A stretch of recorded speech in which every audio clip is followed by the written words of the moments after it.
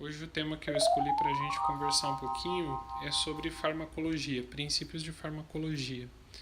Eu vejo que isso é uma coisa que às vezes é meio chata de estudar, o pessoal tem um pouco de preguiça, um pouco de dificuldade. Eu vou tentar chamar atenção para algumas coisas aqui e despertar o interesse de vocês também em buscar mais informação a respeito disso. Porque é bem importante a gente conhecer melhor a farmácia e saber utilizá-la a nosso favor, né? Principalmente na anestésio, a gente lida com as drogas de uma forma bem rápida e bem objetiva e a gente não fica esperando a droga fazer efeito depois de 2 ou 3 meses. A gente precisa do efeito imediato e também cancelar esse efeito muitas vezes rapidamente para o paciente poder se recuperar, tá certo? Eu fiz um esqueminha no quadro aqui, ó. Então coloquei aqui farmacologia, né? As duas grandes subdivisões da farmacologia, do começo da farmacologia, se referem à farmacocinética e à farmacodinâmica, certo? Então, o que é a farmacocinética? Ela vai tentar explicar a relação da dose da droga e da concentração dela ao longo do tempo. Então, a gente administra a droga para o paciente e vê como que essa concentração vai se alterar ao longo do tempo, baseado no que essa droga sofre no nosso organismo, os processos pelos quais ela passa. Então, grosso modo, o pessoal gosta de explicar assim, que farmacocinética é o que o corpo faz com a droga, né? E a farmacodinâmica, ela vai estudar a concentração da droga e o efeito no organismo. Então, a farmacodinâmica também, grosso modo, como o pessoal explica, é o que a droga faz com o corpo, a reação que ela causa. Lembrando que essas duas entidades, elas estão intrincadas. A gente separa assim para poder estudar, para ficar um pouquinho mais fácil, mas esses dois fenômenos eles vão acontecendo praticamente ao mesmo tempo, né, à medida que a droga vai se dispersando pelo corpo. Aqui na farmacocinética a gente tem que lembrar de 4 coisas que acontecem: a absorção da droga, a distribuição, metabolismo e a eliminação da droga. Então a absorção, obviamente, né, é como a droga chega na nossa circulação, porque é através da circulação que ela vai alcançar os sítios-alvo para efetuar para causar o seu efeito. Então nós temos assim, a absorção por via oral, que acaba sendo absorvida no nível do trato gastrointestinal, né? A absorção por via intramuscular, por via intravenosa, por via subcutânea. Nós da anestésio, a gente não lida muito com drogas feitas por via oral. Talvez exceção a isso seja a medicação pré-anestésica que a gente faz, né? Normalmente um benzodiazepínico para o paciente ficar mais tranquilo antes da cirurgia. Mas tirando isso, normalmente a gente faz a administração intravenosa, faz a administração intramuscular às vezes, mas também fica meio de lado, porque a absorção por via intramuscular ela é bem errática, então a gente não tem como considerar muito. E também às vezes por via subcutânea, lembrando aí por exemplo, das heparinas, né, que a gente usa por via subcutânea. Ele faz medicações intravenosas o tempo todo. Então, nesse caso, a nossa absorção, ela escapa do trato gastrointestinal e já cai direto na circulação. Isso tem a vantagem de escapar daquele metabolismo de primeira passagem lá, porque quando a droga é absorvida pelo trato gastrointestinal, ela já vai passar pelo fígado e já vai sofrer algum tipo de metabolismo, beleza? Aqui na distribuição, o que a gente tem que pensar? A gente tem que pensar em compartimentos. Normalmente esses compartimentos eles são teóricos, né? A gente tenta entender os compartimentos do corpo como, por exemplo, os compartimentos mais perfundidos, os órgãos mais perfundidos, os órgãos mediamente perfundidos e os menos perfundidos. Outra coisa que diz respeito à parte da distribuição é a ligação das drogas com as proteínas plasmáticas, porque as drogas, quando elas chegam na circulação também, elas se associam com as proteínas plasmáticas e são transportadas. Geralmente drogas com caráter ácido se ligam com a albumina, e drogas com caráter um pouco mais básico acabam se ligando com a alfa-glicoproteína ácida, certo? Mas normalmente, assim, a grande ligação que ocorre com a albumina, tá certo? Passando para a parte do metabolismo, o principal órgão metabolizador é o fígado, isso aí todo mundo acho que sabe. Claro que existem outros órgãos que também podem fazer biotransformação, além do fígado. Os rins também podem fazer biotransformação, os pulmões também, no plasma também, e no próprio trato gastrointestinal podem haver enzimas que já vão transformando a droga e fazendo a metabolização. O que a gente tem que lembrar no metabolismo? Qual que é o objetivo? É transformar um composto que normalmente é lipossolúvel, tem um caráter mais lipossolúvel para poder penetrar nos tecidos, e esse composto tem que ser transformado em uma substância hidrossolúvel para poder ser eliminada por via renal ou através da bile. Também podemos eliminar drogas pela sudorese, pela pele, por via pulmonar também. Aí nós temos o grande exemplo dos nossos queridos inalatórios, que são eliminados também por via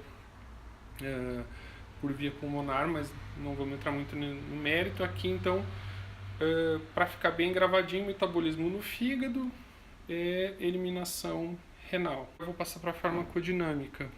Farmacodinâmica é a parte que, como eu falei, é o que a droga faz com o organismo. Então, estuda a concentração da droga e o efeito dela. Claro que tem muito mais coisa sobre isso, mas eu coloquei aqui, eu destaquei as curvas dose-resposta, que são os itens que a gente dá muita importância durante o estudo da farmacodinâmica. Por quê? Porque você administra uma droga para o paciente, você espera que tenha um efeito, né? Então, você administra, por exemplo, Propofol. Depois de um tempo, você espera que essa droga, passando por esses processos aqui, né, administração intravenosa, passa pela distribuição, vai chegar lá no cérebro e vai causar o efeito. Qual é? No caso do Propofol, é o efeito sedativo, né? O paciente vai dormir. Então, a farmacodinâmica, ela explica pra gente essa atividade da droga, como que ela vai fazer. Vai chegar lá nos receptores celulares, né? No caso do Propofol, vai agir lá principalmente em receptor do tipo GABA e vai hiperpolarizar lá o neurônio vai ficar deprimido, a pessoa acaba dormindo, né? Claro que são várias vias através das quais isso acontece. Mas aqui, nesse gráfico, só para explicar, a gente tem de um lado que eu não escrevi, que é o efeito da droga, esse eixo vertical, tá? E esse eixo horizontal é a dose. Então vocês percebam que a partir de determinado momento a droga causa um efeito, né, que vai ter um limite, vai chegar num máximo, a partir do qual não adianta aumentar mais a quantidade de droga, que essa resposta não vai se intensificar. Volto a citar, por exemplo, Propofol. O paciente dorme com uma certa quantidade de Propofol, chega no efeito máximo dele. Aí você pega e faz mais Propofol. Não vai adiantar, porque o paciente já está dormindo. Não vai ficar mais dormindo com excesso de Propofol. O que vai acontecer? A gente vai ter efeitos colaterais. No caso aqui do Propofol, por exemplo, efeitos colaterais hemodinâmicos. Esse paciente vai ficar muito hipotenso, vai fazer depressão cardíaca, que são os efeitos colaterais mais famosos aí do Propofol. Então, nesse gráfico vocês estão percebendo também que a gente tem uma tal de C50, que é a concentração que vai causar o efeito em 50% dos indivíduos que são expostos àquela determinada dose. Desculpa, aqui o C50, certo? Então aqui a gente pega o efeito em mais ou menos 50% dos indivíduos.